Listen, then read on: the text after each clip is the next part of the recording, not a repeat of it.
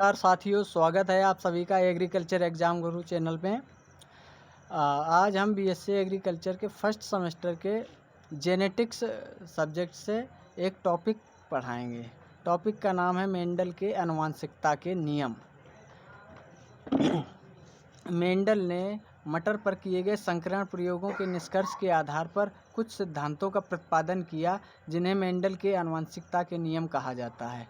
इन्हें मेंडलवाद के नाम से जाना जाता है। आनुवंशिकता के क्षेत्र में इन सिद्धांतों के प्रतिपादन करने के लिए ही मेंडल को आनुवंशिकी का जनक कहा जाता है।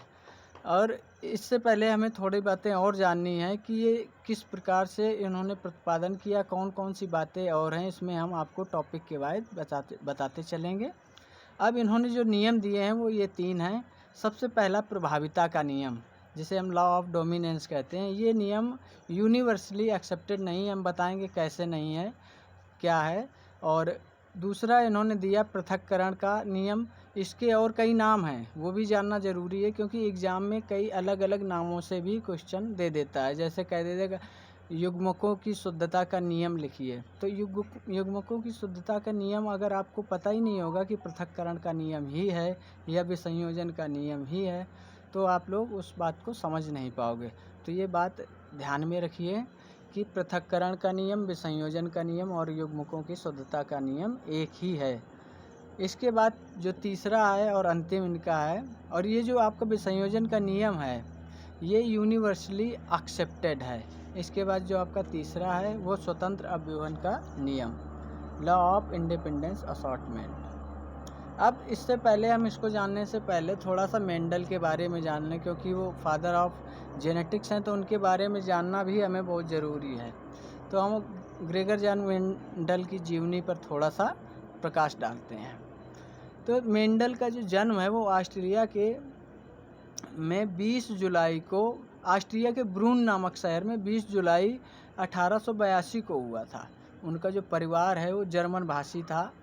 ग्रेगर जॉन मेंडल के जो पेरेंट्स हैं वो खेती किया करते थे, जो उनका पुश्तैनी कार्य था। परिवार की आर्थिक हालत ख़राब थी, लेकिन उन्होंने फिर भी अपनी पढ़ाई नहीं छोड़ी। मेंडल पेशे से एक पादरी थे जो बच्चों को नेचुरल साइंस, प्रकृति विज्ञान पढ़ाया करते थे। ग्रेगर जॉन मेंडल ने बच्चों को पढ़ाने के साथ ही उनके दिमाग में एक विचार आया कि जो एक पीढ़ी के लक्षण है दूसरी पीढ़ी में किस प्रकार से संचरित होते हैं, कैसे जाते हैं। तो उन्होंने इस प्रश्न का उत्तर ढूंढने के लिए चूहों पर अपना अनुसंधान, अपनी रिसर्च स्टार्ट की। लेकिन जो चर्च था वहाँ पे इस तरीके के प्रयोग करने के लिए बैन था, मनाही थी। इसलिए मेंडल ने मटर के पौधों को, क्योंकि मटर का पौधा कैसा था कि उसे हम पॉट में भी लगा सकते थे, गमले में भी लगा सकते थे, तो उसमें अपने प्रयोगों को के लिए चुना था। तो मेंडल की सफलता के या मेंडल को मटर का पौधा चयन करने के मुख्य कारण भी ये थे कि इसका जो जीवन चक्र है वो बहुत कम समय का होता है, और कम समय में होने से ज़्यादा से ज़्यादा पीढ़ियों को कम समय में अध्ययन किया जा सकता है।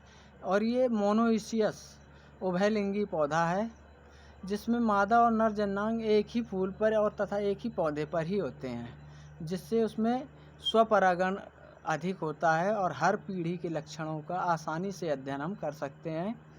और इसमें स्वपरागण को रोकने के लिए हम एमास्कुलेशन भी करा सकते हैं, पुंकेसर को, जिसमें हम हटा देते हैं। अब हम पहले नियम की बात करेंगे, प्रभाविता का नियम, जो कि यूनिवर्सली एक्सेप्टेड नहीं है। जब मेंडल ने इस नियम को एक लाल और सफ़ेद 2 प्रकार के मटर के फूलों पे समजात जो लक्षण है, देखिए करेक्टर एक ऐसा होता है जो गुण है, उसके 2 विपर्यासी लक्षण होते हैं, कॉन्स्ट्रक्टिंग करेक्टर्स होते हैं। जैसे अगर हम किसी लक्षण की बात करें तो लक्षण क्या है, जैसे हमने कहा फूल का रंग कैसा है, इसी के अलावा पौधे की लंबाई। अब रंग 2 प्रकार के कॉन्ट्रास्टिंग करेक्टर कई सारे हो सकते हैं, जैसे हमने ले लिया रेड फ्लावर और उसका कॉन्ट्रास्टिंग करेक्टर वाइट फ्लावर। इन दोनों पे जब उन्होंने क्रॉस करवाया तो पाया कि जो प्रथम पीढ़ी है, F1 जनरेशन है, उसमें एक ही समान सारे पौधे दिखाई दिए।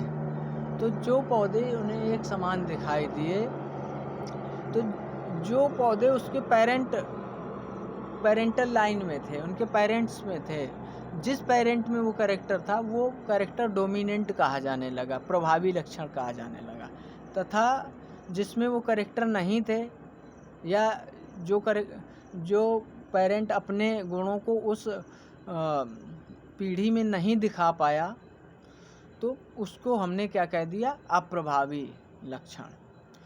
तो इस तरीके से आपका प्रभाविता का नियम है, लेकिन इसके कई सारे एक्सेप्शंस हैं, वो हम अगला एक वीडियो डालेंगे, उसमें आपको क्रॉस के बारे में बताएंगे, monohybrid cross, dihybrid crosses क्या होते हैं, डायरेक्ट क्रॉस, रेसिप्रोकल क्रॉस क्या होता है, और इसके अलावा हम आपको इसके मेंडल के नियम के एक्सेप्शंस के बारे में भी उसमें बताएंगे। अब हम चलते हैं दूसरे मेंडल के द्वितीय नियम की ओर, जिसे हम कहते हैं पृथक्करण का नियम या विसंयोजन का नियम या युग्मकों की शुद्धता का नियम, लॉ ऑफ सेग्रीगेशन और law of purity of gametes. इसमें क्या होता है, जब युग्मक का निर्माण होता है उसी F1 जैसे हम बताते हैं, तो दोनों युग्म विकल्पी अलग अलग हो जाते हैं, अर्थात एक युग्मक में सिर्फ एक विकल्पी होता है, इसलिए इसे पृथक्करण का नियम कहा जाता है। युग्मक किसी भी लक्षण के लिए प्योर होते हैं, ये ध्यान रखने वाली थोड़ी सी बात है। जैसे अगर कैपिटल टी प्रकार से हम गैमीट्स बनाएंगे तो क्या मिलेगा, टी मिलेगा, और कैपिटल टी से अगर बनाएंगे तो दो प्रकार के हमें गैमीट्स मिलेंगे, युग्मक प्राप्त होंगे, कौन से, कैपिटल टी और स्मॉल टी। और अगर हम स्मॉल टी से निकालेंगे तो उसमें भी ऑब्वियसली स्मॉल टी ही हमें प्राप्त होगा। अब इसमें जो आपका लक्षण प्रारूप हमें प्राप्त होता है वो कैसे आएगा, सबसे पहले हम इन बातों को थोड़ा सा जान लें। इन बातों को इस वजह से जानेंगे क्योंकि हमें थोड़ा सा पता चलता रहे। तो जैसे कि ये है आपके लंबे पौधे कैपिटल टी, ये है आपका बौना पौधा स्मॉल टी, इनमें दोनों में जब क्रॉस करवाया तो जब युग्मक बने तो एक एक युग्मक दोनों के सेम बन के आ गए। तो ये आपका कैसा है, ये F1 हाइब्रिड है, F1 हाइब्रिड, ये हेट्रोजाइगोटिक कंडीशन में है। कैसा है, हेट्रोजाइगस है। ये दोनों कैसे हैं, होमोजाइगस, जिसे हम समयुग्मजी कहते हैं, ये विषमयुग्मजी है। इसके साथ ही जब हम इसी में सेल्फिंग करवाते हैं, इसी का कैपिटल टी दोनों को, अगर इस पौधे को एक तरीके से अगर मैं सेल्फिंग के बारे में बताऊं तो इनका जब आप एक साथ क्रॉस करवा देते हो तो क्रॉस करवाने के बाद ये अलग अलग प्रकार के, जैसे इसको कहते हैं, जैसे होमोजाइगस क्या है, इंडिविजुअल हैविंग आइडेंटिकल एलील्स, दूसरा है individual having non identical allele which is known as heterozygous. तो यहाँ पे जब एलील्स आए F2 में गए, सेकेंड जनरेशन में गए, तो capital T small T type के गैमेट्स, मेल और फीमेल गैमेट्स बने। तो उसमें हमको कुछ ऐसी चीज़ें देखने को मिली जो कि देखिए इधर ये आपका लंबा पौधा है, ये आपका देखो यहाँ पे कैपिटल टी और इधर कैपिटल टी स्मॉल टी और ये बाकी आपके कैपिटल टी और स्मॉल टी। तो ये आपका इसमें 3 पौधे आपको लंबे और एक बौना 3:1 का रेशियो मिलता है। क्या मिलता है, 3:1 का रेशियो। ये आपका क्या है, फिनोटाइपिक रेशियो। फिनोटाइपिक रेशियो किसे कहते हैं, जिसको हम अपनी नग्न आँखों से देख सकें, दृश्य प्रारूप। और दूसरा है 1:2:1, क्योंकि एक जिसका जीनोटाइप क्या है कैपिटल टी, दूसरा स्मॉल टी, तो वह एक ये है, और 2 कैपिटल टी स्मॉल टी। तो ये 1 capital T, 2 capital T small T and 1 small T, इस प्रकार से बांट दिया गया। अब थोड़ी सी हम इसी में बात करेंगे बैक क्रॉस क्या होता है। जब हम किसी क्रॉस को चेक करते हैं ये हाइब्रिड है कि नहीं, या हमको कोई कैरेक्टर को क्या करना होता है, बैक करना होता है, तो उसके लिए हम बैक क्रॉस का प्रयोग करते हैं। अब बैक क्रॉस होता क्या है, अगर हम F1 के साथ, प्रथम पीढ़ी के साथ किसी भी पेरेंट से अगर हम क्रॉस करवाते हैं तो उस क्रॉस को हम क्या कहते हैं, बैक क्रॉस। अगर ये प्रभावी जनक के साथ ये होता है तो 100% एक जैसे ही पौधे प्राप्त होते हैं। तो इनका जो अनुपात है फिनोटाइपिक वो 100% रहता है। और दूसरा, जब पौधे का जीन प्रारूप अनुपात 1:1 मतलब 50-50% रहता है। अलग अलग दोनों का जीन प्रारूप अलग होगा लेकिन लक्षण प्रारूप सेम होगा। दूसरी, अब प्रभावी जनक के साथ अगर इसको हम करवाते हैं तो उसको हम 50-50% हमें 50% लक्षण प्रारूप और वही 1:1 का रेशियो जीन प्रारूप का भी मिलता है। तो इसमें एक चीज़ और है जो आपका टेस्ट क्रॉस है, इसे हम टेस्ट क्रॉस भी कहते हैं। तो अब थोड़ा सा हम उसको देख लें। ये देखिए, जब परीक्षार्थी संकरण टेस्ट क्रॉस क्या होता है, जब किसी अज्ञात जीनोटाइप को एफ के अप्रभावी जनक से, मतलब जो F1 है उसको हम क्या करते हैं, F1 into dominant parent recessive parent, F1 into recessive parent RP, तो ये आपका क्या हो जाएगा, टेस्ट क्रॉस। इससे हमें पता चल जाता है क्रॉस हुआ है कि नहीं हुआ। ठीक है, अब आगे है आपका लास्ट स्वतंत्र अव्यूहन का नियम। स्वतंत्र अव्यूहन के नियम में क्या है, इसमें सबसे पहली बात है कि हम दो कैरेक्टर्स को लेकर, इसके बारे में मैं एक और आपको वीडियो बनाऊंगा जिसमें मैं आपको क्रॉस बताऊंगा, मोनो हाइब्रिड डाई हाइब्रिड क्या होते हैं, तब आपको ये वाली बातें और अच्छी तरीके से समझ में आएंगी। तो ये जो स्वतंत्र अव्यूहन का नियम है, इसमें हम डाई हाइब्रिड क्रॉस का प्रयोग करते हैं, जिसमें हम दो गुणों को एक साथ लेकर क्रॉस करवाते हैं।